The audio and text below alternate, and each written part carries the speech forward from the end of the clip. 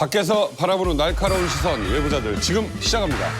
외부자들 10번째 수습사원은 셜록 홈즈를 꿈꿨던 외부자에서 현재는 국민을 위해 열일하고 계신 내부자 더불어민주당 표창원 의원을 모셨습니다. 네, 안녕하십니까. 더불어민주당 표창원입니다.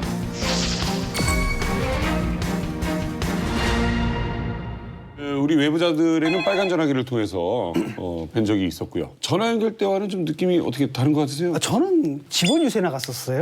아, 그래요? 그때 이제 출마하셨을 때 저는 정의당원이었는데 정의당원으로서 이제 지지 유세 나갔었고요. 제가 없어서 당선되셨겠죠. 그래서 내가 아니요.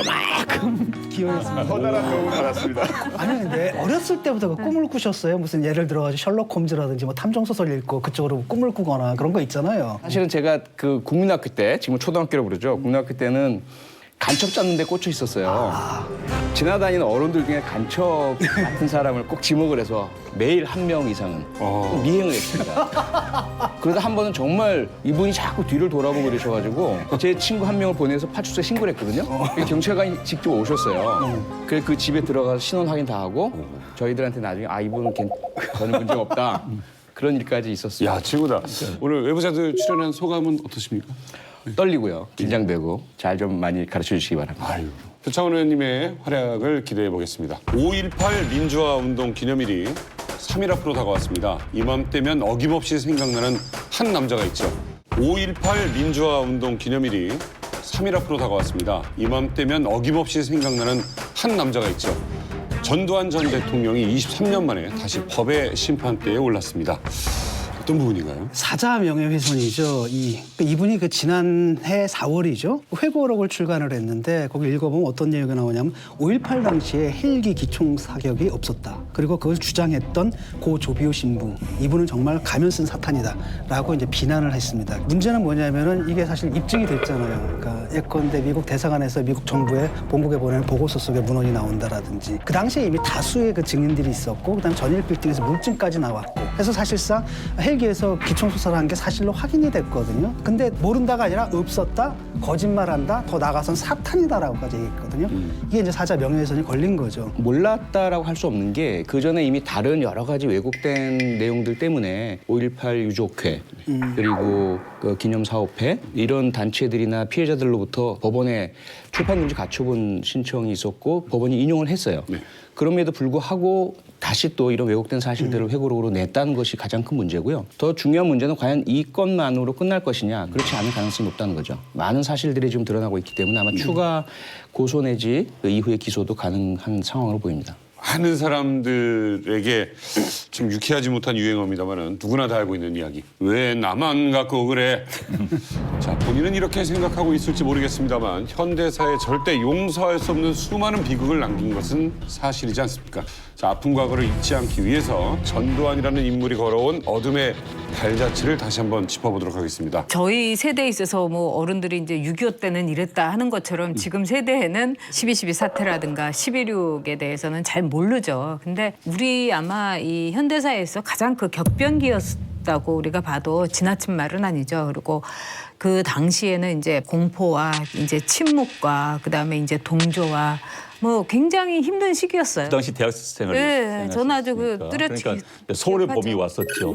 그래서 이제 민주주의가 곧 다 되는 것처럼 많은 그래요. 사람들이 생각했고 삼김이 대권 경쟁에 들어갔었고 또 일부 이제 풀린 것도 있었어요. 그런데 이제 결국은 전두환과 그 일당들의 이른바 이제 신군부라고 이야기하죠. 신군부의 권력 요기 결국은 5.17 군사쿠데 일으켰고 그에 대한 반발로서 광주 민주화 운동이 일어났고 그다음에 광주 민주화 운동을 억압하기 위해서 또 이런 좀 불행한 일이 일어났고 일련의 사태 속에 일어난 거죠.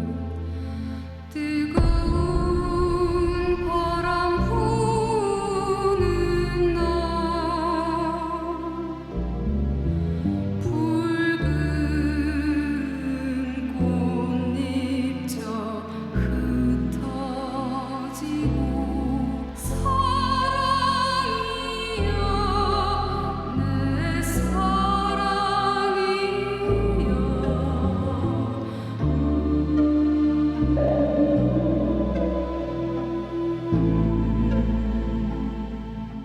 격변기에 굉장히 고통을 당하는 사람들은 노인들, 그다음에 아이들, 그리고 이제 여성들이에요. 이번에 이제 김선옥 씨가 자신이 이제 당시에 그 여대생이었는데 어떤 식으로 자기가 이제 성폭행을 당했는가를 지금 이제 그분 나이가 이제 60이 돼서 이야기를 하는데 하루도 아마 그 사실을 잊고서 살았을 수는 없었을 거예요. 그분이 겪은 고통이라는 거는 남자들은 잘 몰라요. 이해 그 못해요. 상황을. 근데 이 사건뿐만 아니라 또 10대였던 여고생들 5명이 이제 계엄군에게 또 당한 이런 얘기를 있는 거죠. 근데 저는 이 문제에 대해서 제일 안타까운 것은 이른바 이제 그 보수의 가치를 가진 분들이 이걸 굉장히 왜곡했다는 점이에요. 이거는 우리 모두의 상처고 우리 모두의 정말 아픔이거든요. 저는 이 문제에 대해서 우리가 직시해야 되고 또 여기에 대해서 우리가 상처에 대해서는 적극적으로 치료를 하고 치유를 해야지 지금 어떻게 보면은 여전히 광주 사람들의 그 상처로서 남아있는 그런 측면도 있어요. 그래서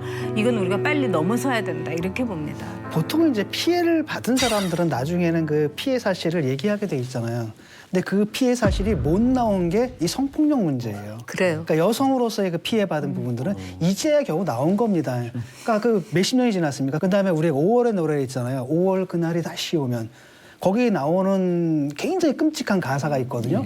그게 유언비어가 아니잖아요.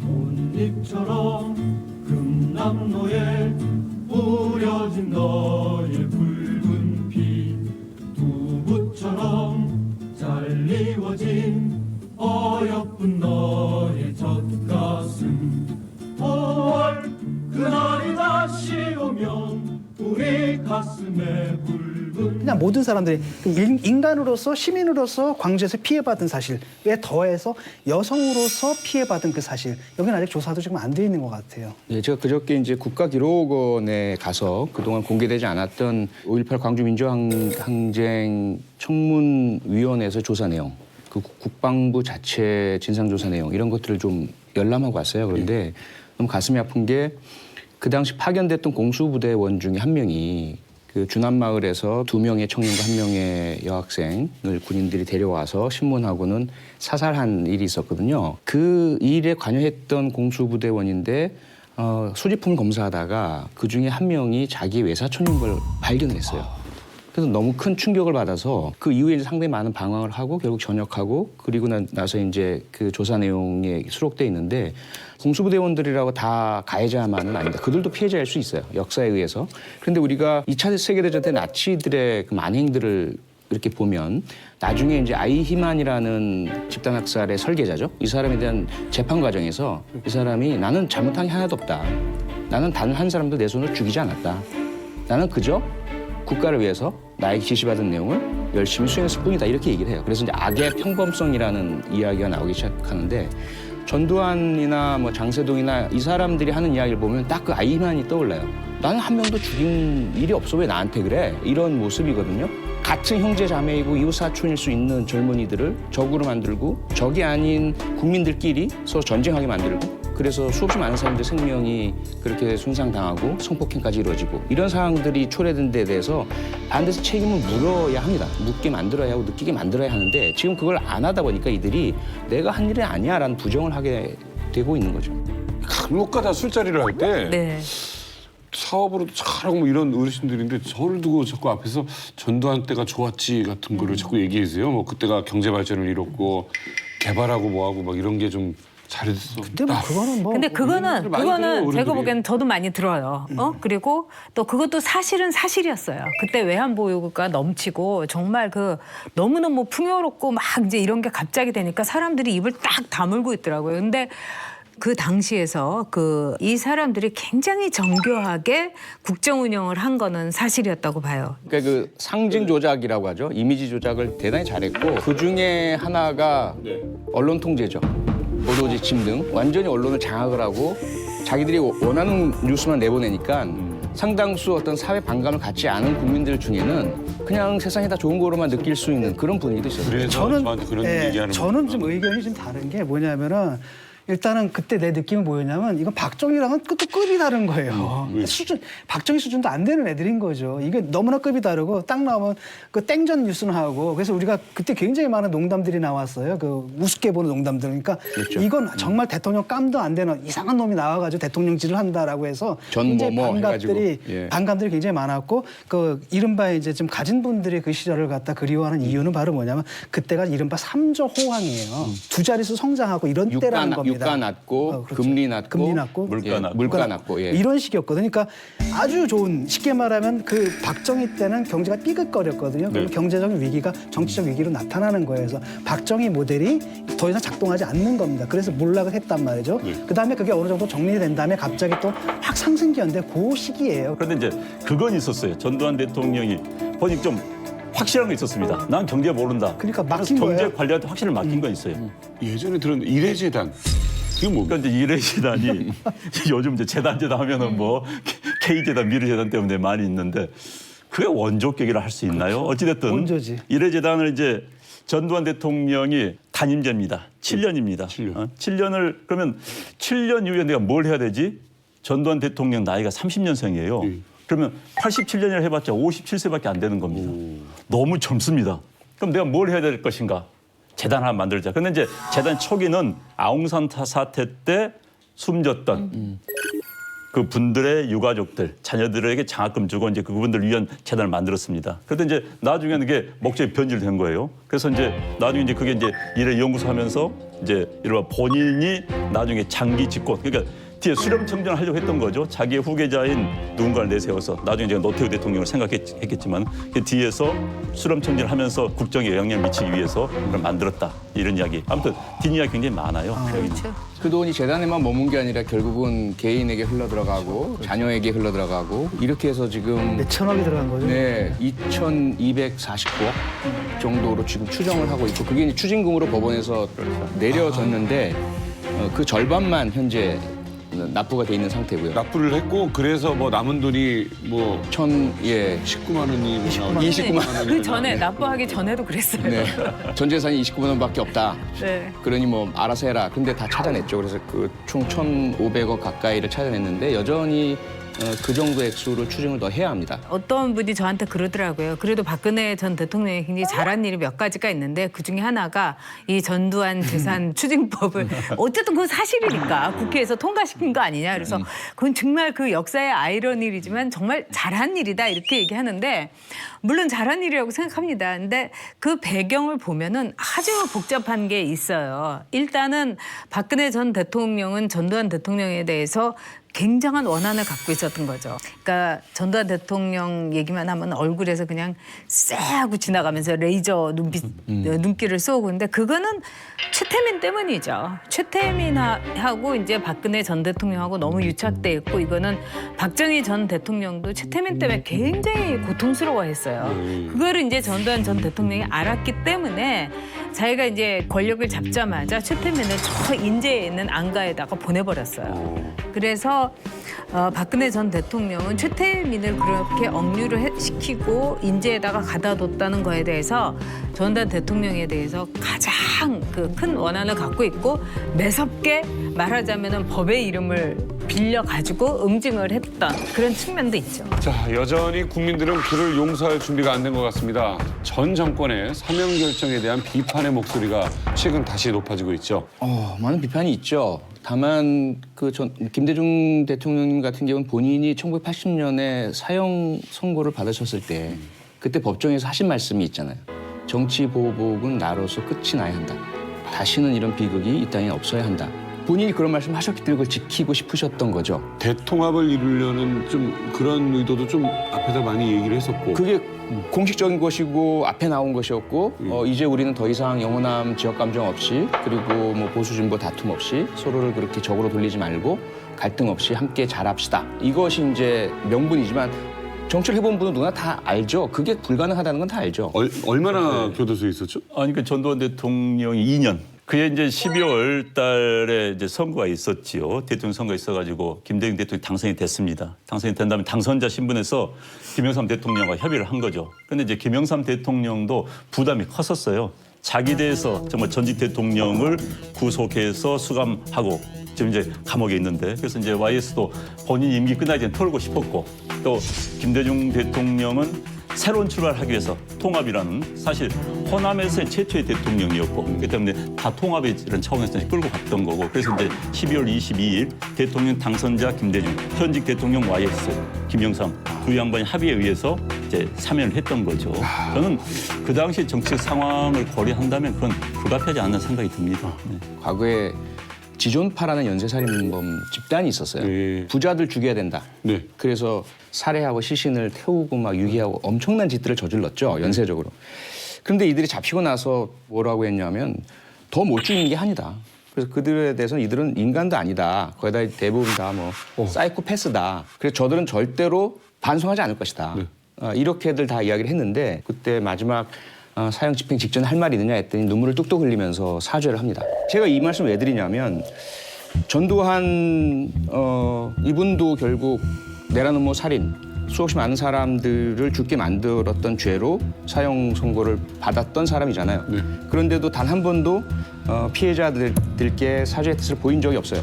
반성의 뜻을 보인 적도 없고 지금 회고록을 보면 오히려 그들의 명예를 훼손하는 행위들을 계속 하거든요. 자기 명예를 되살리기 위해서.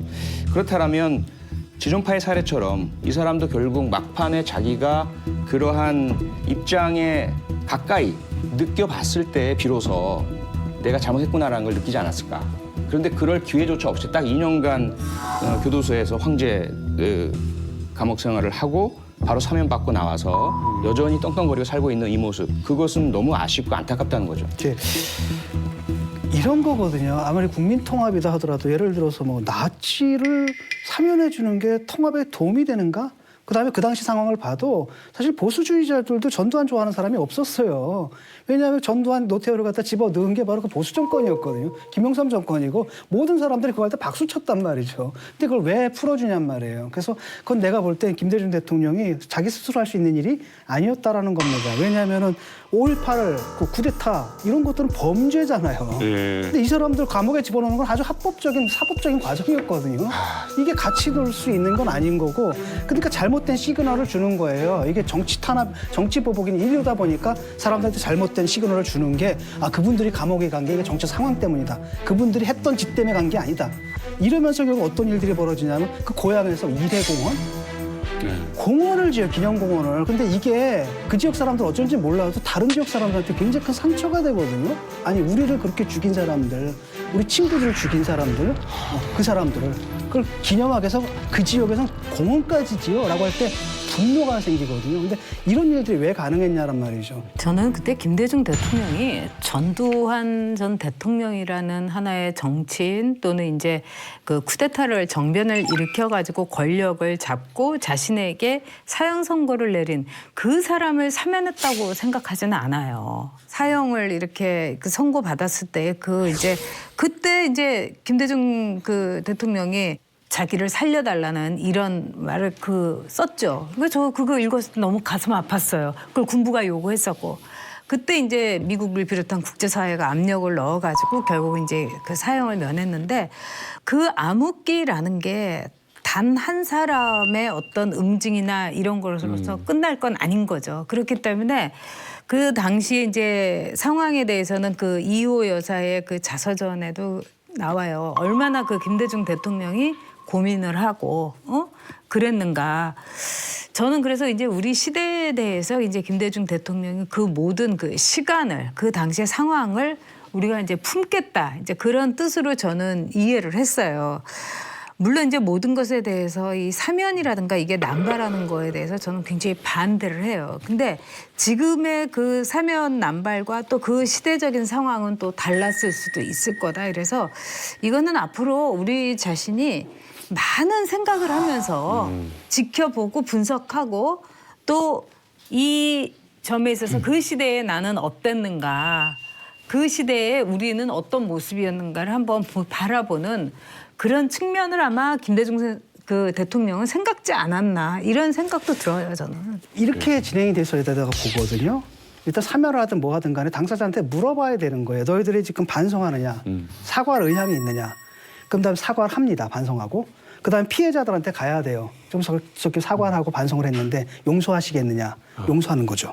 그다음에 그들이 대통령한테 요청하는 겁니다. 됐습니다. 저 사람 지금 사면해 주십시오. 이런 절차를 거기까지 했다라고 한다면 우리의 공적 기억이 왜곡되지는 않은 거예요. 그 당시에는 이제 정치인 특히 대통령은 커다란 정부적 판단을 합니다. 이 시대에 대해 우선 가치가 무엇이고 우선된 정책 순위를 아마 고민했을 거예요. 뭐 김대중 대통령이라고 전두환 전 대통령이 귀여워서 잘해서 이뻐서 내보냈겠습니까? 그건 아니었을 거예요. 본인의 그 철학과 시대 정신에 맞춰서 그걸 했다고 봐요. 물론 이제 그런데 이제 그 당시는 그렇게 비판이 없었습니다. 그런데 지금 이제 그 후에 전두환 대통령이 보여준 행태 때문에 지금 비판이 다시 나오고 있는 거지. 그 당시 97년 12월 당시에는 지금처럼 비판이 많지는 않았어요. 일단 그렇죠. 그러니까 사후적인 문제인데 그 당시만 해도 그러니까 왜 비판이 없었냐면 그렇게 사면을 해주면 당연히 알아서 본인이 반성하고 그 이후에 속죄의 삶을 살겠거니라는 기대를 우리 순진한 국민들이 다 가졌던 거죠. 그리고 그렇게 했었어야 하고 그랬다면 본인도 사실은 괜찮고 자신의 자녀들도 괜찮았을 것 같아요. 그런데 그걸 그 뜻을 사면을 그대로 받아들여서 행한 것이 아니라 사면을 곡해한 거죠. 내가 죄가 없다는 게 입증된 거야. 그리고 비록 피해자가 있을지 모르겠지만 나는 국가를 위해서 한 거야. 이런 합리화 정당화가 가능해지도록 만들어져 버렸거든요. 네. 그렇게 되기 때문에 지금 그때 그 이후에도 5.18 가족들은 어떻게까지 하셨냐면 좋다. 그러면 당신 한번 5.18 국립민주화 묘지까지 한번 와라.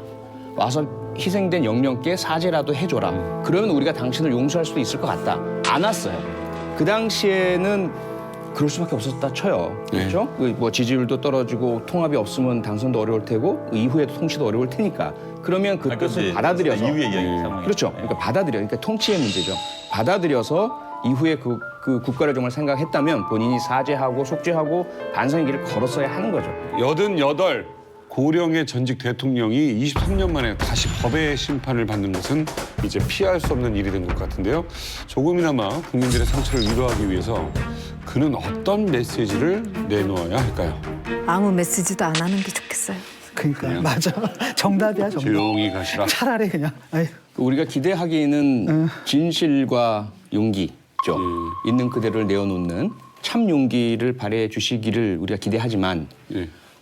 아마도 기대 난망일 것 같고요. 예. 그럴 바에는 괜히 더 피해자들 자극하지 마시고 존재 자체를 우리에게 잘 안 보여주시는 게 더 예의가 아닐까. 네. 아무래도 재판정이 안 나오지 않을까 싶어요. 그리고 이제 이런 그리고 약간 사건은 정상적인 정신 상태가 아니라는 얘기도 있잖아요. 약간 가벼운 치매를 앓고 있다는 말도 계속 들려오기도 하고. 이제 노태우 예. 대통령은 다 알려졌지만은 네. 치매 증상이 굉장히 심한 그런 상태고 전두환 대통령도 30년생이에요. 그러니까 우리 나이로 89세.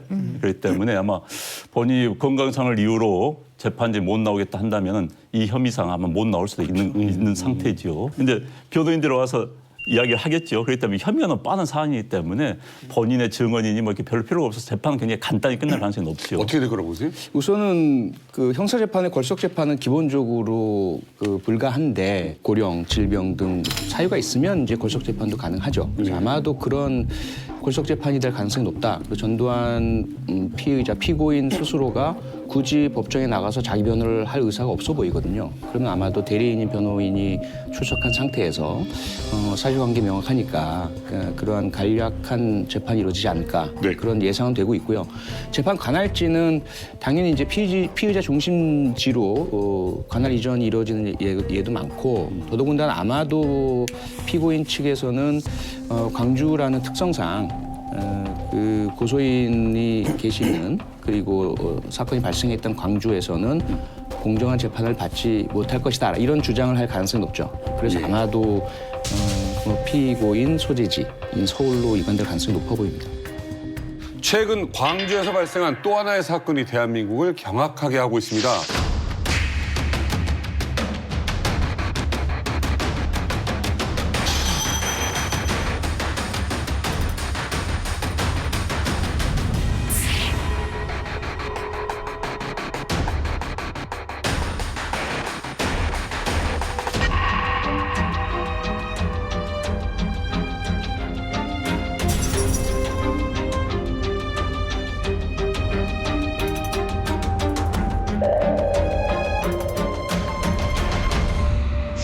충격적인 집단 폭행 사건에 대해서 논란이 있었던 살인 미수죄는 결국 적용하지 않기로 했죠.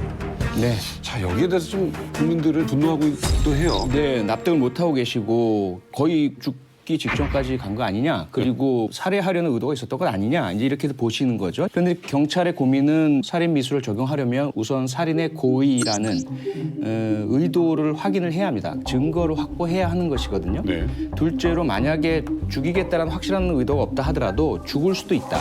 이대로 계속한다면 이게 미필적 고의에 대한 증거라도 확인돼야 되는데 그 첫 번째 살인의 고의는 피해자분의 말씀에 따르면 죽이겠다라는 이야기를 했다. 근데 그런 이야기가 아마 주변에 어디에선가 찍은 영상에 담겨 있지 않겠는가 해서 피해자의 변호사가 공개적으로 그 동영상 등 증거자료 요청을 했거든요. 근데 아직까지 그게 확보가 되지 않았고요. 두 번째로 이제 미필적 고의 부분에 대한 것이 돌을 들어서 처음엔 찍었다라고 우리에게 알려졌었죠. 근데 찍진 않고 옆으로 내려놓는 것이 확인이 됐고 영상상. 두 번째로는 나뭇가지를 들어서 눈을 찔렀다. 그런데 그 부분이 확인이 안 됐어요. 그러다 보니까 흉기를 이용해서 사망에 이를 수 있음을 알면서도 계속해서 상해와 폭행을 행했다라는 그 부분에 대한 증거 확보가 안 되다 보니까 경찰 입장에서는 법리 원칙에 따라서 살인미수 적용을 못했다 이렇게 발표가 됐죠. 이런 것도 결국 쌍방 폭행이라고 합니까? 그게 이제 가장 문제입니다. 사실 법리상으로 보자면 어쨌든 폭행은 폭행이고 오직 그 상황에서 쌍방 폭행이 되지 않을 수 있는 요건은 정당 방위이거든요. 자신의 생명 혹은 타인의 생명이나 신체 안전을 지키기 위해서 다른 수단이 없을 때 그러한 안전 확보를 위해서 필요한 정도에 그치는 그러한 저항적, 반항적, 방어적인 행동만 정당방위에 해당되는데 서로 밀치고 땡기고 다만 한쪽이 힘이 더 세고 수가 많고 했을 뿐이지 폭행은 폭행이다 이렇게 보고 있는 것 같아요. 그래서 이 부분은 아마도 조금 정리가 되어서 그것이 방어적이고 정당방위 요건이 된다면 쌍방 폭행이 아닌 것으로 정리가 될 수도 있을 것 같은데 일단 현재로서는 양측 다 주장을 하기 때문에 쌍방 폭행이 적용이 되고 있는 것 같습니다. 이게 폭행도 폭행이지만 이게 어떻게 해서 이제 불거졌냐 하면 택시를 A라는 사람이 기다리고 있었는데 B라는 무리가 와가지고 먼저 타겠다고 한 거예요. 거기서 A 쪽에서 이제 말하자면 항의를 하니까 B 쪽에서 먼저 폭행을 행사를 한 거예요. 뭐 이런 저항 같은 거는 여기에는 그 가만히 되지 않나요? 가만히 돼야 하죠. 예를 들어 이제 미국 텍사스주 같은 경우는 그런 경우에 이제 프로보케이션이라고 해서 먼저 공격을 하거나 도발을 한 경우에 이에 대한 저항 반항일 경우 정당방위 범위를 넘어서도 면책을 해줍니다. 국민들이 이 사건을 바라보면서 공분하고 있는 또 한 가지 포인트가 바로 경찰의 부실 대응 논란이었죠. 네, 우선 경찰서장은 보시기에는 많이 미흡해 보이셨지만 경찰에서는 원리 원칙대로 절차에 따라 최선을 다했고 이미 경찰에 도착했을 때는 심각한 폭행이 다 끝난 상황이고 소송 과정에 저항하는 가해자에 대해서는 테이저건으로 진압을 했고 이런 이제 그 세세한 설명을 했습니다. 하지만 국민들의 분노는 바로 그 지점에서 나온 것 같습니다. 네티즌들이나 현장에 있었던 분들의 말씀은 사실관계가 다르다. 경찰관이 출동했던 그 상황에도 심각한 폭행은 계속 중이었다. 그다음에 뭐 테이저건이나 총이 실제로 사용된 흔적이나 위협한 흔적도 보이지 않는다. 두 명의 경찰관이 너무나 위세에 압도당한 모습이었다. 깡패 같은 가해자들 앞에서 경찰관의 숫자는 너무나 위축되고 힘없어 보였고 네. 그 장구도 제대로 사용되지 않는 모습. 그것 때문에 많은 이제 분노를 야기했죠. 저는 너무 답답한 게 정말 방관자이고 구경꾼이었다는 그 영상을 보니까 그리고 경찰이라는 거는 진압을 해야 되지 않아요? 네. 폭력에 대해서 진압을 해야 되는데 그런 적극성이 전혀 보이지 않았다는 거 어떻게 보세요? 이걸 보면서 이제 어떤 느낌이 들었냐면 일본에 보면은 네. 그 야쿠자들이 딱 오면 경찰들이 막 90도로 인사하고 막 이러잖아요. 이런 느낌이었거든요. 그러니까 아니 그렇게 공권력이 나타났는데 이건 아랑곳하지 않고 그냥 폭행을 계속하고 있고 여기 무력하고 그걸 보면서 아마 시민들이 거기 화가 난 것 같아요. 네, 그렇죠. 그러니까 이제 우리 사회에 경찰 공권력 경시하는 풍토가 분명히 있어요. 네. 그러니까 이런 경우에 정말 총을 쏠 수도 있다라고 생각한다면 누가 그러겠습니까? 전부 손을 넣지요. 그런데 경찰 너정대한 그런 경찰 공권력 경시 분야에 있다는 게 이번 사건을 더 키운 원인 중에 하나죠. 제가 경찰관 출신이다 보니까 현장 일선 경찰관들의 아픔에 이렇게 공감이 너무 많이 되고 국민 여러분께 너무나 죄송하지만 경찰 일선의 현장의 어려움은 분명히 또 있거든요. 경찰관 숫자가 11만 4천 명 정도가 돼요. 그런데 지구대나 파출소에 배치돼 있는 인원이 4만 명 좀 넘습니다. 그래서 한 41%인데 그 인원이 24시간 내내 일을 못 하잖아요. 3교대, 4교대로 나눠야 되고 그다음에 병가, 휴직, 뭐 교육 이렇게 하다 보면 바로 순간적으로 출동할 수 있는 인력 자체가 많이 확보가 되기 어려운 상황이고 이 사건이 새벽 5시에 발생했지 않습니까? 네. 새벽 5시면은 밤새 주치자 다 처리하다가 완전히 노가웃되기 직전 상태에서 최대한 끌어모아서 4명이 현장에 간 것이거든요. 그러다 보니까 이제 첫째로 그런 수혜 부족이 있고 두 번째는 말씀하신 것처럼 그래도 경찰에는 총이 있잖아요. 그런데 총을 사용하게 되는 순간 원인이나 상황은 어쨌든 나중에 그 총기 사용의 적절성 여부를 경찰관 직무집행법의 요건을 다 지켰느냐라고 한다면 아예 경찰관들은 총기 사용할 생각을 안 합니다. 총기 사용을 하는 순간 나는 징계를 받을 것이고 또는 형사처벌도 받아요. 지난번에 한 번은 서울에 있는 한 지구대에서 취객을 제압을 하다가 이분이 부상을 입었는데 경찰관을 독직폭행으로 고소를 했어요. 근데 재판에서 결국은 이제 유죄가 인정이 됐고 이 사람이 또 민사소송을 제기하면서 5천만 원의 손해배상 청구를 했어요. 그러니까 이런 전반적인 상황들을 본다면 이 광주 사건이 정말 잘못됐죠. 국민들께 죄송하고 경찰은 제압해야 하고 총은 뒀다 뭐 하느냐 이 얘기가 맞지만 뒤에 있는 현실은 저희들이 국회에서 좀 개선을 해드려야 될 부분인 것 같습니다. 이번 사건의 경찰 대응에 있어서 조금 아쉬운 점은 보세요? 경찰이 그 순간 이제 광주 사건 현장에서 이 상황 파악을 찾지 못했던 것 같아요. 이 상황이 지금 어떤 상황인가. 그런데 이제 그 상황 파악하기 이전 일단 저는 당한 사람 구해내야 되는 거죠. 구해내야 그렇죠. 되는 거고 진압해야- 구해내기 위해서는 좀 보다 적극성. 그런데 이제 상당히 굉장히 그 상황에서 소극적이었던 건 맞아요. 멈칫멈칫한 모습. 솔직히 약간 겁나 그런 모습들 보이니까. 그런데 이제 어쨌든 경찰의 의무는 시민들의 안전 아닙니까? 그래서 그에 대해서 좀 더 적극적으로 대응을 했어야 하는 그런 아쉬움이 있습니다. 대응은 현장에 있는 출동한 경찰관들에게 아쉬움을 찾기는 좀 어렵고요. 우선은 그 심각한 상황에 출동하는 경찰관이 4명. 숫자적으로 너무 부족한 거죠. 그럼 숫자가 부족하게 된 배경 원인을 살펴봐야 되고 그다음에 이제 중요한 것은 장구 사용이죠. 총이나 테이저건 같은 것들을 좀 더 과감하게 그 상황은 사용했었어야 되지 않느냐. 네. 근데 왜 사용 못했느냐. 사용하지 못하게 된 현실을 좀 더 있는 그대로 살펴보고 개선책을 찾아야 된다고 봅니다. 허수아비 공권력이다라는 말 참 이제 유쾌하게 들리지 않습니다만은 네. 공권력을 강화할 필요가 있다라는 의견과 또 하나는 야, 이러다가 인권 침해 우려가 있는 거 아니냐 이런 이야기를 한번 나눠보도록 하겠습니다. 사실 굉장히 민감한 문제입니다. 인권 침해와 이 공권력의 정당한 행사 어디까지인가. 그런데 이제 외국의 경우는 우리가 굉장히 엄격하게 적용을 해요. 프랑스 같은 경우는 음주 상태로 공공장소를 활보하는 것 자체가 처벌의 대상입니다. 술에 취한 것으로 의심되는 자를 체포하고 술 깰 때까지 구금이 가능합니다. 우리나라에서 그랬다면 난리가 나겠죠. 내가 술 마시는 게 내 자유인데 왜 나를 뭐 구금하느냐. 프랑스는 그렇다고 그래요. 미국 같은 데 뭐 주마다 차이가 있습니다만 대표적인 뉴욕주 같은 경우는 이 공공장소에서 술병을 들고 다니는 것 자체가 위법입니다.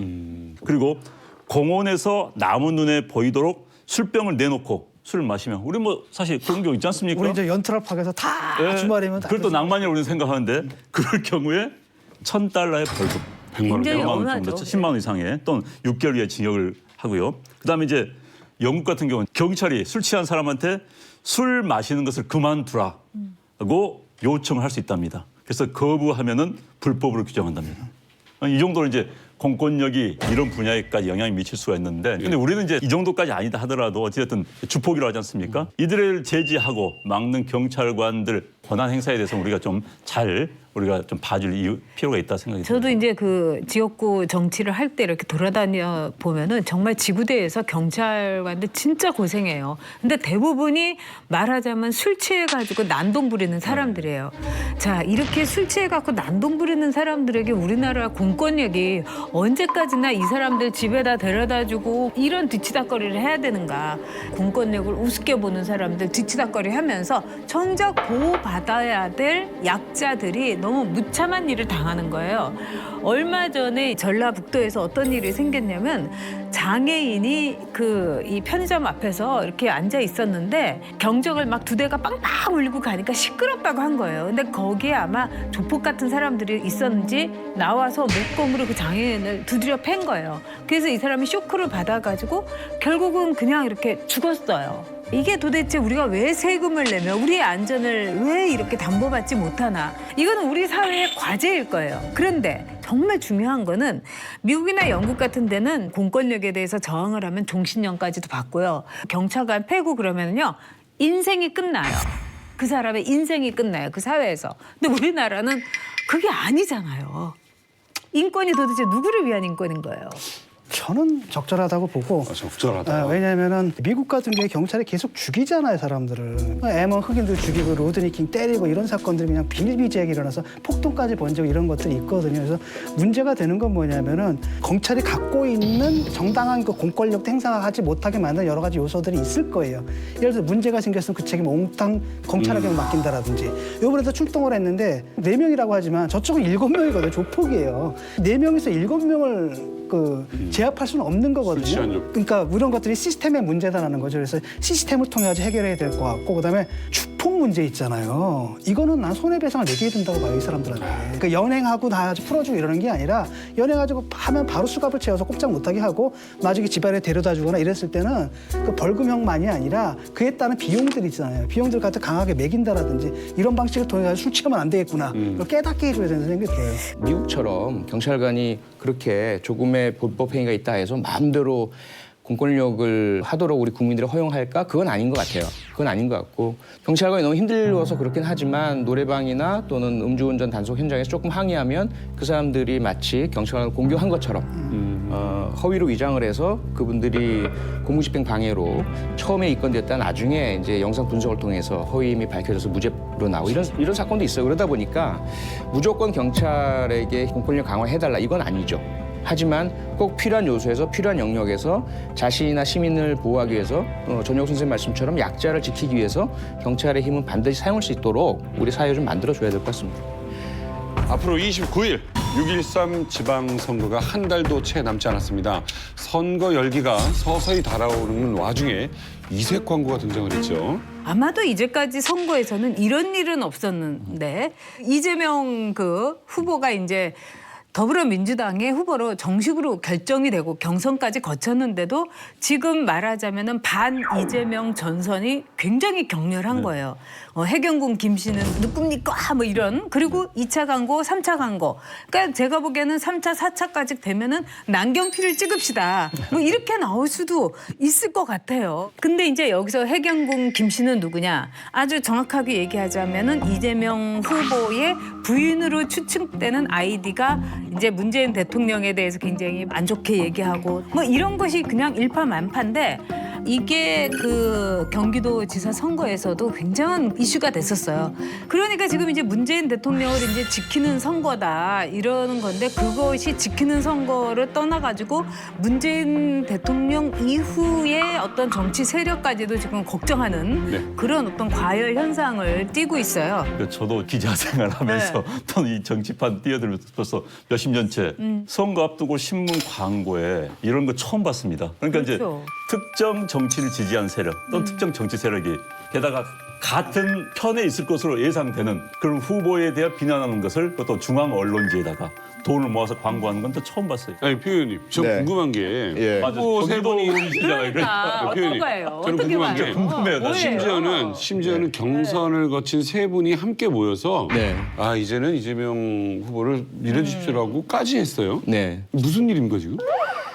그 이면과 내면에는 지난 대선에서 이재명 후보를 지지하는 소위 손가혁이라고 하는 지지자 그룹들이 문재인 후보를 엄청 많이 공격을 했거든요. 그 이후에도 유사한 현상이 일어난 거예요. 차라리 나는 다른 당, 뭐 안철수 후보라든지 다른 후보를 지지하겠다 이런 이야기가 계속 나오면서 이 경선 결과를 승포하지 않는 분위기가 있었고 그런 것들이 후유증이 지금까지 연결되는 거죠. 그러면서 이번 경기도지사 예비 후보 경선이 일어날 때 바로 그 해경군 김 씨라고 하는 아이디가 엄청나게 이제 자극적인 감정적인 언사들을 많이 내뱉었어요. 네. 그중에 이제 일부가 노무현 전 대통령도 비하하고 문재인 대통령도 공격하고 전해철 상대방 예비 후보에 대해서는 자유한국당과 손잡았다 이런 얘기까지 하고 그러니까 다시 이제 그 분위기가 이재명 후보는 안 된다. 그리고 이재명 후보가 만약에 경기도지사가 되고 힘이 커지고 이렇게 된다면 아마도 문재인 대통령에게 반기를 들 것이다. 이런 정서가 또 형성된 것 같아요. 네. 그러다 보니까 우리 당에다가 컷오프를 통해서 강제적으로 탈락시켜 달라는 요구를 한 거죠. 근데 그걸 당에서는 들어줄 수가 없었고 그렇죠. 그러다 보니까 그게 분명히 우리 같은 당의 유력한 후보인데 오히려 상대당 후보에게 도움이 될 수 있는 그런 근데 이대로 가면 안 되는 거잖아요. 아니 물론 저기 굉장히 재밌고 특이한 사건이긴 하지만 이거는 아니지 않나 싶어요. 그러니까 예. 당에서의 공식적인 그 발표는 자유이다. 그분들 자유로운 행동이고 표현이고 하기 때문에 당에서는 개입할 의사가 없다. 이겁니다. 네. 그렇죠. 이런 현상이 앞으로도 계속 나올 건데 이제 드루킹도 그것 중에 하나예요, 사실은. 그러니까 쉽게 말하면 사람들이 뭐냐면 판타지를 갖고 있어요. 그러니까 자기들 소설을 쓰는 건 약간 돈키호테스럽거든요. 그러니까 이분들이 뭐라고 착각을 하냐면은 자기들이 있어야 문재인 정권을 지키는 거예요. 그래서 굉장히 중요하게 생각을 하는 겁니다. 그러다 보니까 비타협적으로 나가는 거예요. 그러다 보면 어떤 일들이 보게 되면 사실 다 당에서 공식적인 절차를 통해 가지고 당선된 후보잖아요.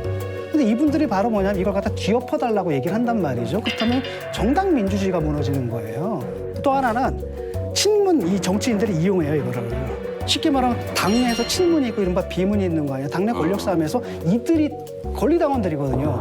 들어와가지고 표를 던져준다면 자기가 굉장히 정치적으로 이득을 본단 말이죠. 그러니까 자기들이 봐도 아닌데도 불구하고 거기서 제지를 안 합니다.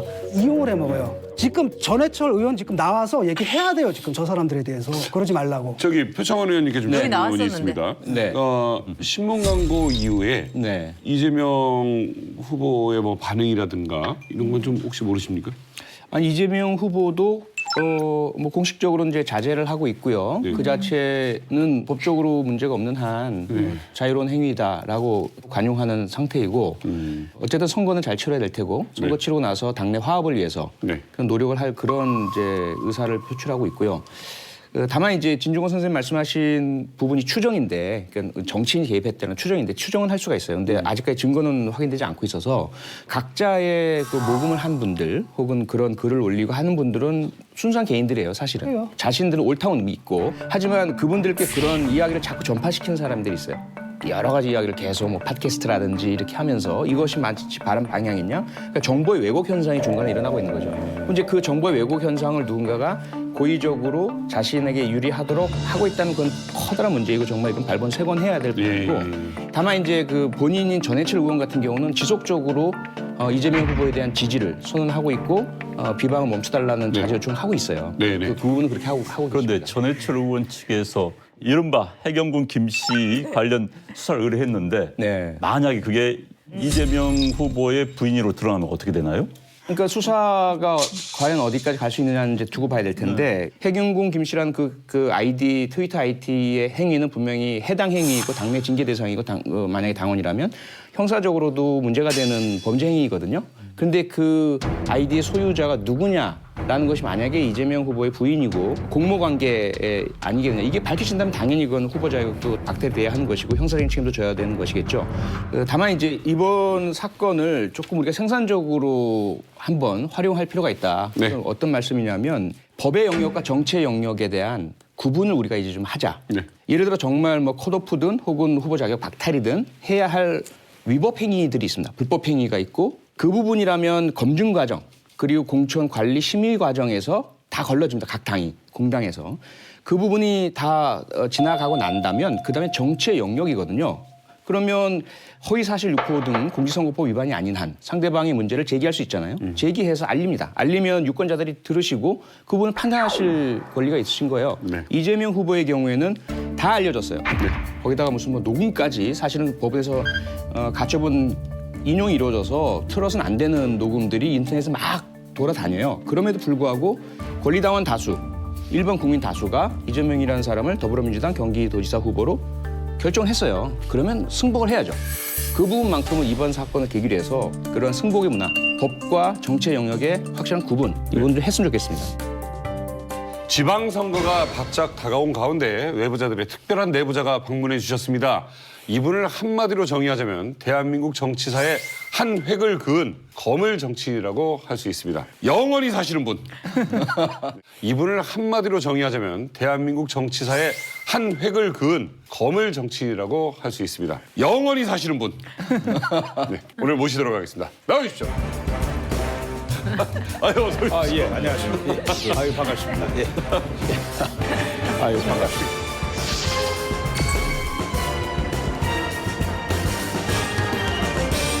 이분의 화려한 전적을 살펴보자면 최연소 노동부 장관, 경기도지사, 육선 의원, 그리고 2번의 대선 출마 경험까지 현재는 자유한국당의 필승카드 이인재 충남도지사 후보님을 모셨습니다. 솔직히 좀 여쭤보겠습니다. 예. 왜 외부자들에 나오시기로 결심을 하셨습니까? 불러주질 않아가지고 텔레비 못 나오다가 이제 불러주셨는데 주변에서 그 외부자들 가면은 그 날카로우신 분들이 많은데 본전도 못 찾을 텐데 그래 그 이야기를 해요. 그래서 사실 뭐 저희 당이나 또 저나 이 뭐 민심의 바닷속으로 이렇게 들어가 보면은 그렇게 뭐 차가운 것만은 아닌데 이 여론조사 결과 나오는 거 보면 정 떨어지게 나오잖아요. 그래서 뭐 믿져봐야 본전 아니냐. 외부자들 나가면은 뭐 좀 뜰 수도 있지 않겠나. 그런 기대와 희망을 갖고 나왔는데 외부자님들께서 좀 참고해 주시기 바랍니다. 사실은 저희 자유한국당 분들 나오시잖아요. 예. 제일 매섭게 그 다그치시는 분이 전 작가님이세요. 원래 가까운 사람이 제일 무섭습니다. 네. 예. 그래서 이제 얼마 전에도 공천 그 발표를 했을 때 계륵이라고 이제 비판을 하셨거든요. 그 후로 이제 그 자유한국당에서 자꾸 우리 프로그램 잘 안 나오려고 하시더라고요. 저 때문이 아니라 진 교수 때문에 안 난다고 그러고. 아이 뭐야? 저는 굉장히 그 예의 바르게 하지 않아요? 자유한국당 분 나오면. 리얼리? 본인 생각이야. 아. 전 의원님이 계륵이라고 하셨나요? 그러니까 아니 제가 그냥 올드보이다. 그리고 그 어떻게 보면은 정당이라는 거는 늘 이제 새로운 그 분들을 통해 가지고 또 이렇게 해야 되는데 저는 사실은 올드보이라고 제가 칭했던 세 분이 문제가 아니라 나와야 되는데 몸살이가 안 나온 그 피플들이 더 문제다. 저는 이렇게 생각을 하면서 한 거예요. 예를 들면 홍문표, 뭐 이명수, 정진석, 충청권에서 무려 10명의 현직 의원들이 있어요. 근데 다들 안 될 것 같으니까 그때 뭐 안희정 나올 것 같고 또 날아가고 나니까 또 박수현 이러고 근데 그런 정도의 취약하고 용기 없고 비겁한 정당이니까 이런 정당이라면 그러면 희망이 없는 거 아니에요? 차라리 이번에 확실하게 초토화되고 나서 그러고 나서 판을 이렇게 갈아 엎든지 그래야지. 저는 저런 얘기 못 저 하거든요. 걱정돼서 그래요. 예. 그런데 이제 아니요 그 계륵은 그 삼국지에 나오는 이야기거든요. 그래서 이제 맞아요. 조조가 어떤 성을 하나 공략을 하는데 잘 안 떨어져요. 네. 근데 먹어봐야 별것도 아니고 또 버리자니 아깝고 근데 잘 떨어지지는 않고 그러니까 그날 밤에 이제 그 성 공격하는 장병들한테 어떤 암호를 내줘야 될 거 아닙니까? 암호를 고민하고 있는데 그 책사 하나가 계륵이라고 하시죠 그랬단 말이에요. 그러니까 조조가 깜짝 놀란 거예요. 아 이놈이 내 심리를 꿰뚫어 보고 있구나. 그래서 그 책사를 죽여버렸어요. 자기 마음을 읽는 위험한 인물이라고 그래가지고. 그러니까 전 의원이 그 계륵이라는 말 함부로 쓰시면 야, 역시 의원님 살아있네. 위험해. 살아있네. 이번에 될 예. 것 같으세요? 마음이 굉장히 편합니다. 근데 뭐 잘 안 될 때는 좀 그런 그 어두운 마음이 드는데 이번에는 뭐 결과는 어떻게 나올지 모르지만 마음이 굉장히 밝습니다. 예. 지방선거를 치르기 전 이인재 후보가 넘어야 할 첫 번째 산은 바로 자유한국당이 아닐까 하는 의견들이 있습니다. 지난주 외부자들을 방문한 남경필 후보는 홍준표 대표 리스크를 걱정하고 가셨습니다. 전 뭐 그렇게 크게 신경 쓰지 않습니다. 예. 지역에서는 차라리 이제 대표님이 안아주셨으면 좋겠다라고 바라는 후보가 많다는데 만약에 홍준표 대표님께서 유세를 해주시겠다라고 하면 흔쾌히 뭐 저는 받으시겠습니까? 뭐 대도무문입니다. 뭐 저 누구든지 와서 지지해 주시겠다고 그러면 다 받아들여야죠. 네. 아마 분기점이 지난 4월 27일 남북 정상회담이었던 예, 것 같습니다. 홍준표 대표께서 부정적인 예. 그런 평가를 하시면서 국민들이 상당히 많이 그 여론이 돌아선 모습도 봤는데 예. 그런데 오히려 이인재 후보님은 감싸 안아 주셨어요. 홍준표 대표를. 그래서 그것이 정말 어른으로서 홍 대표와 당을 위해서 희생하신 건지 아니면 이인재 후보님 본인이 홍준표 대표와 같은 생각이신 건지 아니 저는 이제 감사 안 할래서 하는 게 아니라 기자가 질문을 하니까 그 좀 원론적인 이야기를 한 것입니다. 그리고 이제 야당은 본질적으로 정치적 소수를 대변하는 거예요. 뭐 여당이 너무 잘해가지고 소수가 10%로 줄어들었다.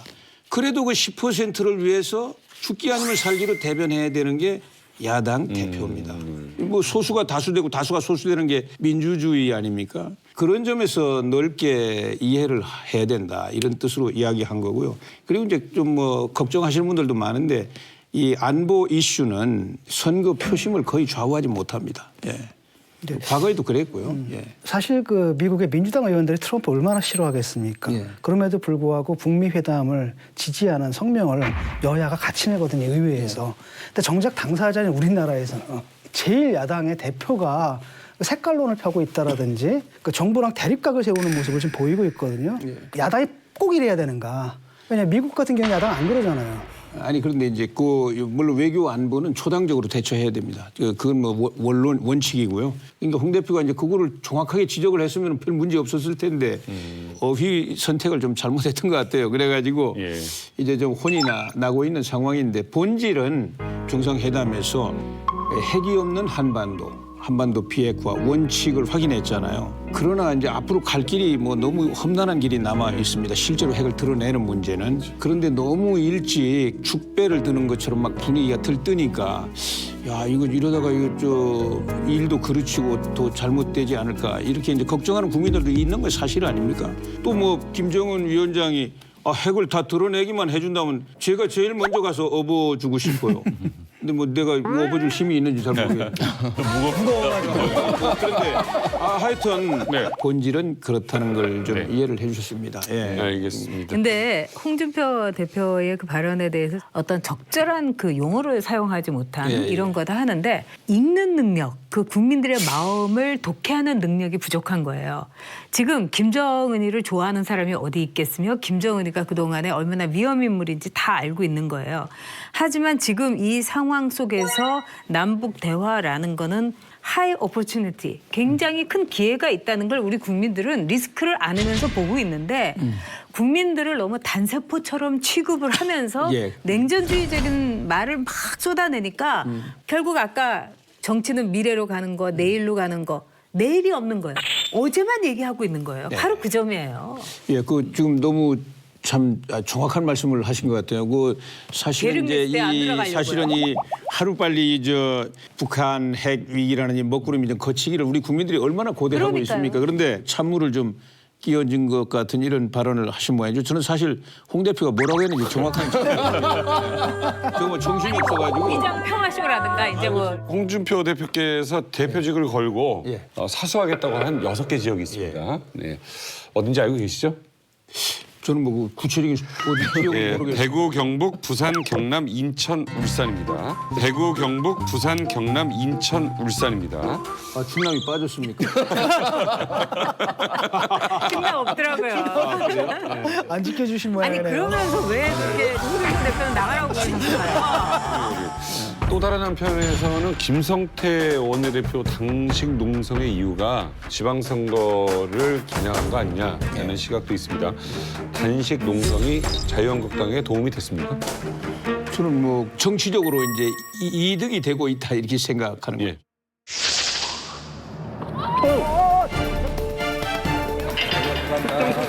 건강이라 당원이 됩니까?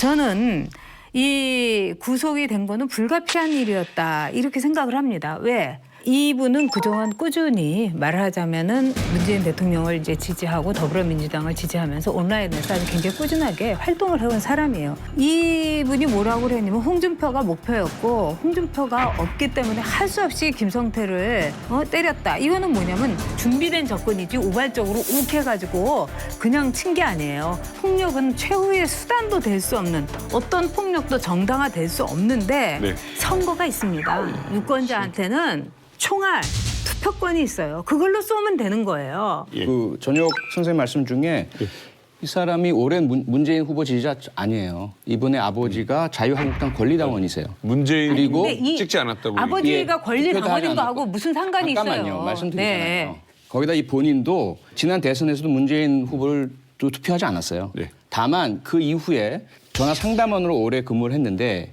문제가 생긴 거예요. 그래서 실직을 당했고 그다음에 포크레인 자격증을 따고 이것으로 취업을 하려고 했었는데 알고 봤더니 사기였어요. 그다음에 남북 정상회담 소식이 들리니까 야 이러면 북한에 가서 일자리가 생기겠구나 이런 상황이었는데 홍준표 대표가 여기서 비판 발언을 하니까 아, 왜 잘 돼가는데 죄를 뿌리느냐 이렇게 된 거죠. 그래서 홍준표 대표를 타겟으로 삼아서 왔다가 없으니까 김성태 원내대표를 공격을 한 것인데 다른 부분은 다 동의합니다. 절대로 해서는 안 될 행동이죠. 다만 그 사람의 행동을 어떤 특정한 뭐 지지자 그룹인 것처럼 어떤 정치색이 있는 것처럼 이렇게 이야기하는 것은 좀 아니라고 생각합니다. 자, 표창원께 질문이 있습니다. 네. 지금 이제 구속을 두고 좀 이야기들이 있는 것 같아요. 예. 이게 구속 사안이냐? 네. 어떻게 보십니까? 그러니까 두 가지가 있어요. 하나는 그냥 모든 걸 다 제쳐두고 객관적인 행태와 행위만을 봤을 때 일반적인 경우라면 이건 단순 폭력입니다. 그리고 단순 폭력은 형법상 반의사 불벌죄라고 하거든요. 그러면 상대방 피해자가 처벌을 원치 않는다라고는 한마디만 하면 수사기관은 더 이상 수사도 못하고 입건을 못해요. 네. 그런 사안이기 때문에 통상 그렇게 전치 2주 얼굴 한 대 때리는 거 가지고 구속되는 일은 없습니다. 그런데 여기에 두 번째 문제는 이제 계속 지적하시는 정치적인 의도와 계획성의 부분이 있습니다. 이 부분이 가지고 있는 위험성이 과거에 그 지충호라는 사람을 보면 이 사람이 2006년에 박근혜 당시 대표에게 커터칼로 공격을 하기 전에 네. 2005년 12월에 유사한 형태의 주먹으로 당시 한나라당인가요? 의원을 공격을 합니다. 유사 현장 공개된 현장에서. 그때 그것은 단순한 폭행이니까 가볍게 일단 구속되었다 바로 이제 훈방이 되었어요. 그런 상황 이후에 추가적인 공격이 나다 보니까 네. 잠재적인 위험성 때문에 단순히 이 사안을 일반적인 폭행처럼 똑같이 볼 수는 없는 거죠. 네. 그런 부분이 있어서 아마도 그 판사가 그런 걸 다 고려했기 때문에 구속영장 발부가 된 것으로 보입니다. 전직 법조인이시지 않습니까? 이 사건 어떻게 보십니까? 옛날에 판사 좀 했는데 예. 이제 민주정치에서 이제 여러 가지 위협이 있는데 폭력은 이제 안 되죠. 뭐 과거에 뭐 초산 테러 또 면도칼 테러 이런 거에 비하면 뭐 이번에 이제 맨주먹으로 했는데 재판 과정에서 이제 법관이 뭐 개인적인 사정 여러 가지 뭐 배경 이런 거 고려하고 뭐 이제 김성태 대표가 뭐 자기는 선처를 바란다 이런 의사표시한 것도 좀 고려해가지고 이 사건이 이제 지나가겠지만 그러나 하여튼 우리 이 정치에서 폭력은 안 된다 하는 교훈을 남겨주리라고 생각합니다. 그러니까 정치인들만 욕할 게 아니에요. 지금 우리가 흔히 뭐 사회할 때 깨어있는 시민의 문제라든가 시민의식 이런 걸 얘기를 합니다. 예. 근데 우리가 이 봉건 체제 또 왕조 체제를 이렇게 엎을 수 있었던 것은 바로 시민들이 갖고 있는 교양, 시민들이 갖고 있는 절제, 시민들이 갖고 있는 상황 인식이 굉장히 높아졌기 때문에 그런 어떤 왕조 체제의 사치를 없애고 법치를 세운 거거든요. 그 스스로 어렵게 세운 거를 이렇게 일부 시민이 폭력으로 그걸 깨트리는 거는 이건 시민들에게도 큰 책임이 있다. 저는 이렇게 봅니다. 어느 때보다 민심이 절실한 상황임에도 야당의 5월 국회 종료 선언으로 국민적 분노가 극에 달했습니다. 매달 반복되는 이 국회 파행 이거 어떻게 보시고 있고 또 막을 방법은 없습니까? 사실은 이 지금 이제 우리 자유한국당이 너무 뭐 단식이다 뭐다 이렇게 투쟁하면서 민생 법안 같은 것도 이렇게 잘 처리가 안 되고 국회가 파행되고 있는 데 대해서 저도 답답하고 송구스럽지만 지금 여당인 민주당이 야당일 때 정말 이거보다 훨씬 심했습니다. 그래서 이거는 뭐 여고 야고 우리 정치 전반의 후진성의 모습이고요. 그래서 이거 어떤 정치적인 하나의 혁명이 필요합니다. 저는 사실 이 부분에 관해서 여러 가지 방안이나 전략도 갖고 있는데 제가 워낙 뭐 힘없이 이렇게 밀려다니다 보니까 그걸 잘 못해서 야당을 한 지 굉장히 좀 오래돼서 그런지 야당하는 방법을 좀 잘 모르는 것 같아요. 그래서 보면은 그러니까 굉장히 강성으로 나가는 것이 야당성을 드러내는 방법이다 이렇게 믿고 있는 게 아닌가 하는 생각이 들 때가 있는데 제가 대충 계산을 해봤거든요. 그러니까 지금 자유한국당에서 그 특검 요구를 한 게 8번인가 그렇거든요. 그러니까 한 달 반 만에 한 번씩 하는 게 특검 요구고요. 2달에 한 번씩 하는 게 국정조사 요구고요. 3달에 한 번씩 하는 게 장외투쟁이에요. 근데 이거는 좀 그렇지 않나요? 좀 심한 게 아닌가 이런 생각도 듭니다. 네. 야당이 쓸 수 있는 수단이 없어요, 사실은. 한국 정치에서 야당이 그러니까 아까 말씀하신 것처럼 소수파를 대변해야 되는데 대변할 수 있는 무기가 없는 거죠. 한국 정치 문화가 그랬어요. 현재 지금 여당, 야당 시절에는 훨씬 투쟁성이 뛰어났습니다. 투쟁하면 이분들은 뭐 아주 훈련이 된 분들이겠고 지금의 보수당은 야당 체질이 아니에요. 그러니까 제대로 투쟁을 못하는 겁니다. 제대로 투쟁도 투쟁을 못하고 흉내낼 뿐이죠, 지금 사실. 아니 그러니까 장외투쟁을 할 흔드는 때 것도 어설퍼요. 그러니까 장외투쟁을 할 때 결정적인 게 뭐냐면 이 명분이거든요. 그래서 장 바깥에 있는 국회 내에서는 우리가 소수다 하더라도 국회 바깥에서는 우리가 다수의 의견을 대변한다. 이런 명분이 있어야 장외투쟁을 하는데 지금 그게 아니잖아요, 보면은. 국회 파행으로 정세균 의장은 국회가 정상화될 때까지 세비를 받지 않겠다면서 세비를 반납하겠다고 나섰죠. 지난해 예산 정국에서요 국회의원 세비를 갖다 2.6% 인상을 했습니다. 이건 잊지 않고 참 여야 합의도 참 잘 돼요, 그렇죠? 네. 그다음에 의원 보좌관 1명을 갖다 늘리는 법안이 일사천리로 진행됐고요. 그래서 지금 20대 국회의원들은 의원들 1명이 받는 돈이 1인당 1억 3,796만 원을 받습니다. 이 안에는 상여금하고 수당도 포함되어 있고요. 그래서 이걸 12달로 나누게 되면 한 달에 약 1,149만 원.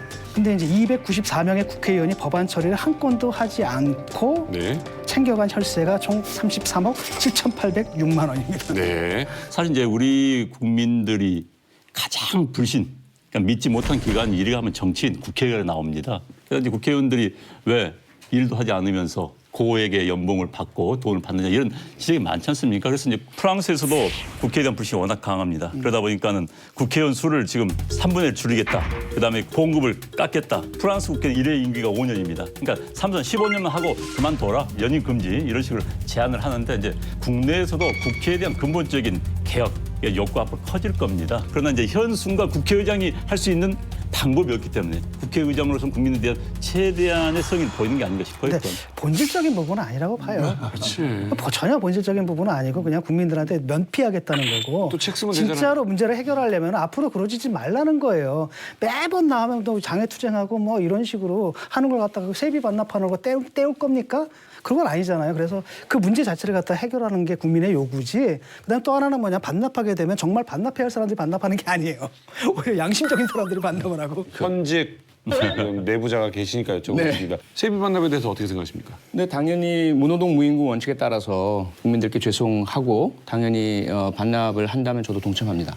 다만 말씀하신 것처럼 이걸로 해결될 문제는 아니고요. 저도 이제 2년 동안 초선 국회의원으로 참가하면서 이해하지 못할 부분들을 많이 봐요. 본회의에서 대정부 질문을 할 때도 지역의 현안 작은 것을 청탁성을 하시는 모습들이 그냥 공공연하게 이루어지고 상임위에서 또는 보안 심사 과정에서도 쪽지 예산 뭐 이렇게 하면서 막 서로 여야가 뭐 죽일 듯이 싸우다가 나눠먹고. 그 예산안 나눠먹기 하는 데는 너무 그렇게 신속하게 각자의 수건 사업들이 쫙쫙쫙 해결이 되고 이거는 아니다. 그래서 이 부분을 해결하기 위해서 많은 이제 개선안들이 있을 텐데 우리 국회의 그런 사무와 정치자금 또는 운영비, 각종 특활비 이런 부분들이 어떻게 사용되는지를 분명히 회계 검사하고 감시하는 역할이 있어야 되겠다. 네. 그다음에 회의나 입법이든 자신의 역할을 하지 않을 때에는 그에 대해서 분명한 불이익이 확실하게 있어야 되겠다. 그리고 국민들이 그걸 아셔야 되겠다. 네. 그러한 부분들의 국회 개혁은 반드시 있어야 된다고 생각됩니다.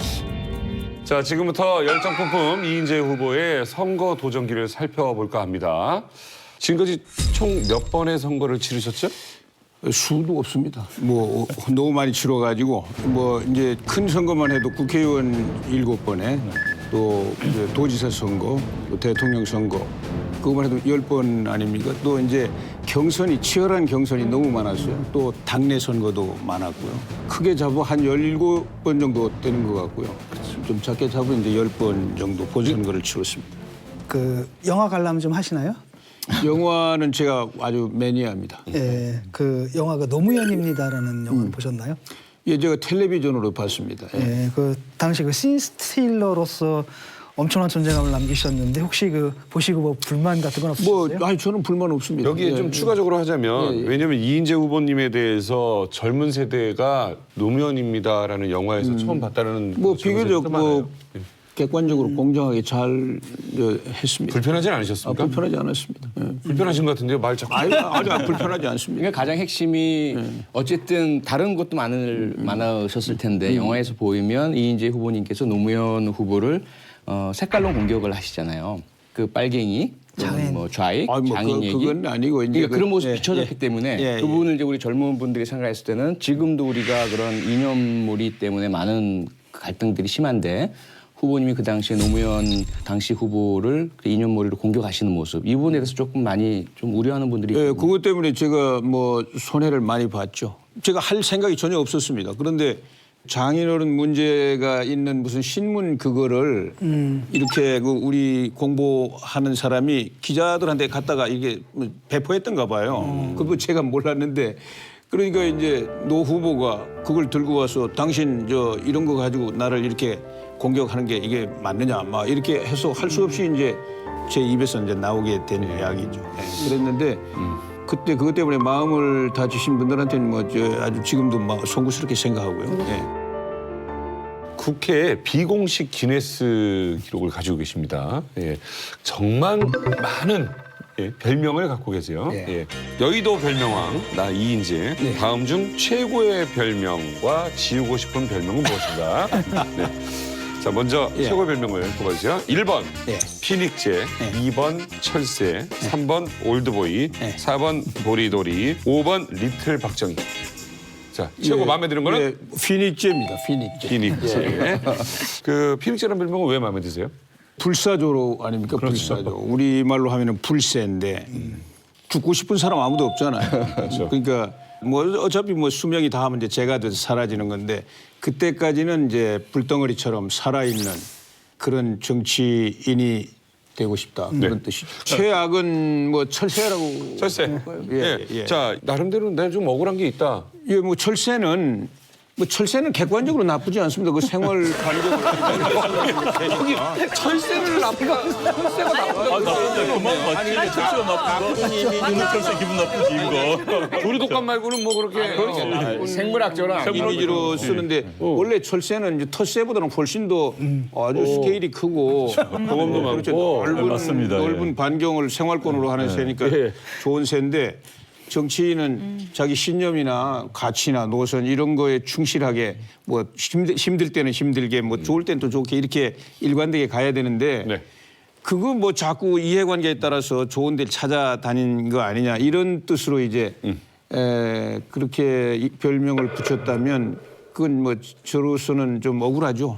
제가 좋은 데 찾아서 양지 바른 데 가서 뭐 그런 일은 한 번도 없습니다. 그러면 이 별명에 대해서는 그 중에서 하나 고르라니까 고른 거지 뭐.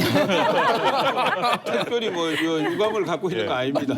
해오신 그 행보를 보게 되면은 보수부터 중도부터 다 거치셨잖아요. 심지어 무소속까지 거치고 그다음에 영남 기반 정당부터 호남 기반 정당부터 충청 기반 정당까지 그렇습니다. 안 거치신 데가 없는데. 이념 정당만 제가 안 갔죠. 근데 이제 그렇다면 자신의 뭐랄까 정치적인 정체성을 어떻게 이해하고 계신지 궁금해요. 지금 말씀 아주 잘하셨어요. 우리나라의 이념 정당 빼고는 이제 영남 중심 정당이 있고 충청 중심 정당이 있고 호남 중심 정당이 있습니다. 그래서 이제 세 군데를 제가 다 거쳤죠. 저보고 뭐 몇십 번을 뭐 어떻게 당적을 오겠네 어쩌네 이렇게들 뭐 말씀들을 하시지만 16번. 사실은 그 세 군데를 다 거친 유일한 사람이 저입니다. 그러다 보니까 이제 당명이 바뀌는 바람에 그런 건 뭐 당적 변경하고 상관이 없는 거고 당명이 바뀌는 실질적으로 지구를 한 바퀴 도는 건 사실인데 좀 혼란스럽죠. 제가 그걸 도는데 15년 2개월이 걸렸어요. 그걸 보는데 네, 그런데 제가 뭐 그 공자님한테 저를 뭐 비유할 생각이 있는 건 전혀 아닌데 공자님도 그 모국인 노나라에서 개혁을 추진하다가 이제 몰려가지고 쫓겨나지 않았습니까? 그래서 12개 나라들을 다니면서 자기 정치적인 이상을 실현할 데가 없나 이렇게 다녔지만은 14년 만에 노나라에서 너 들어와도 좋다. 이래가지고 돌아왔어요. 그리고 천하의 공자도 14년이면은 본가로 돌아갔는데 저는 15년 2개월이 걸렸습니다. 그러니까요. 그러니까 제가 고생을 참 많이 한 사람이에요. 네. 혹시 뭐 좀 여운이 남거나 또 가고 싶은 당은 없어요? 아직 못 가본 당이 있잖아요. 뭐더 갈 데도 없고. 그러면 혹시라도 이렇게 생각하는 충청권에 있는 젊은 세대들이 있다면 뭐 철새는 뭐 큰 바다를 뭐 이렇게 건너서 자기 새로운 영토로도 가고 그러는데 뭐 그러다 죽는 새들도 있지 않습니까? 죽지 않고 여기까지 이렇게 왔습니다. 그 철새가 나쁘진 않네요. 그러니까 죽는 철새 기분 나빠. 역대로 다 진 교수님 이렇게 터지는 거 처음 보는데. 이렇게 받아칠 수가 있구나. 아니 천하의 공자는 나라를 바꿔가면서 자기 정치 이상을 실현해 보려고 돌아다니지 않았습니까? 저는 뭐 우리 한국 안에 있는 정당을 왔다 갔다 한 거지 무슨 뭐 조선 노동당을 간 것도 아니고 한국 공산당을 갔다 온 것도 아니지 않습니까? 충남 유권자들이 가진 어떤 특징 이런 게 좀 있습니까? 예, 있죠. 저는 뭐 전국을 하도 많이 다녀봐가지고 충청도는 표현을 잘 안 하십니다. 그리고 엊그제도 제가 시장에 가서 막 선거운동하면서 한 아주머니한테 뭐 저 지지해 주시는 거죠? 그러니까 그때 가봐야 알지 이렇게 말씀하시더라고요. 하여튼 내심을 이렇게 표현은 잘 안 합니다. 그런데 이제 충청 민심의 중요한 것은 균형 감각이 있다는 거예요. 영남이나 호남은 오랜 지역주의 그것 때문에 이제 한쪽으로 막 기우는 선택을 뭐 당연스럽게 받아들이고 그랬는데 충청은 균형을 잡아주는 역할을 많이 했어요. 어느 한쪽으로 많이 이렇게 치우쳐 있으면 불안하게 생각합니다. 그래서 그 균형을 회복해. 그래서 뭐 민주당 쪽에서 일방 독주하고 있지 않습니까? 여론에서. 그러니까 그게 너무 불안하게 느끼시죠. 그래서 이제 좀 균형을 회복시켜 주실 거다. 저희들은 그렇게 믿고 있습니다. 예. 근데 사실 충남이 굉장히 그 민주당 쪽으로 이렇게 많이 갔거든요. 그동안의 역대 이 선거 분위기를 보면. 근데 이제 양승조 후보가 이제 이 공격하기를 나는 이제 여기 본토박이 후보지만 이 중앙당에서 내려꽂은 후보다. 이렇게 이제 이야기를 하고 다닌다는데 어떻게 저기 이기시려고 그러세요? 뭐 양승조 후보는 언제부터 충청도에서 조상들이 살았는지 모르지만 저는 500년 전부터 충청남도에서 살았습니다. 500년. 500년 전. 확실하세요, 그건? 그래서 이제 저야말로 아주 토백이 중에 토백이 충청도 사람이고요. 저는 뭐 도민들께서 저희 손을 잡아주시리라고 이렇게 확신합니다. 궁금한 게 있는데 예. 참 안 좋은 일로 지금 자리에서 물러났지만 안희정 그 지사 같은 경우에 당시엔 뭐 나름대로 지역에서 상당히 신망도 높지 않았습니까? 네. 도지사로서의 업적에 대해서는 어떻게 평가하십니까?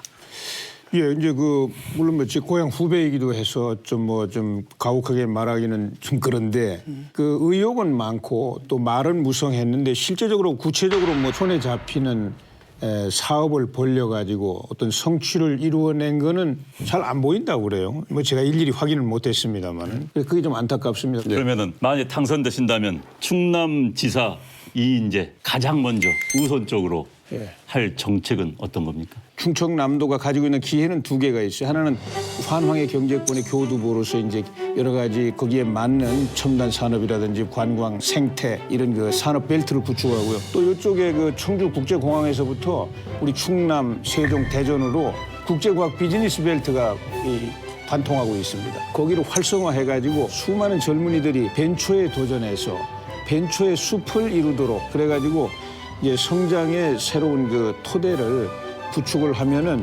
2030년에는 GRDP가 이제 10만 달러 그리고 인구도 지금 220만 가까운데 300만으로 새로운 일자리도 50만 개 이상 이런 그 비전을 제가 선포를 했습니다. 그럼 이번이 마지막 도전이십니까? 아니면 못다 이런 꿈 계속? 예, 저는 뭐 이번이 마지막 도전이기를 정말 바라고 있습니다. 확인은 안 해주시네요. 그러나 노병은 죽지 않는다. 다만 사라질 뿐이다. 저도 이제 사라지는 순간까지 이제 정치적인 군인이죠. 예. 자, 바쁘신 와중에 우리 외부자들과 함께 해주신 이인재 충남도지사 후보님 감사합니다. 자, 끝으로 우리 시청자 여러분들께 한 말씀 부탁드립니다. 예, 제가 정말 이번에 그 도지사 후보로 이제 출마를 했는데 그동안 제가 많이 쌓은 그 경험과 또 역량을 고향을 위해서 다 쏟아붓는 것이 제일 큰 보람이고 영광이고 또 명예입니다. 제가 고향을 위해서 일할 수 있도록 저의 손을 좀 따뜻하게 잡아주시기를 빌겠습니다. 예. 2030 있으니까 요거 마지막으로. 예, 특히 우리 젊은이 여러분, 여러분에게 더 많은 기회를 만들어 드리는 그런 그 충직한 일꾼이 되고 싶습니다. 사랑합니다, 여러분.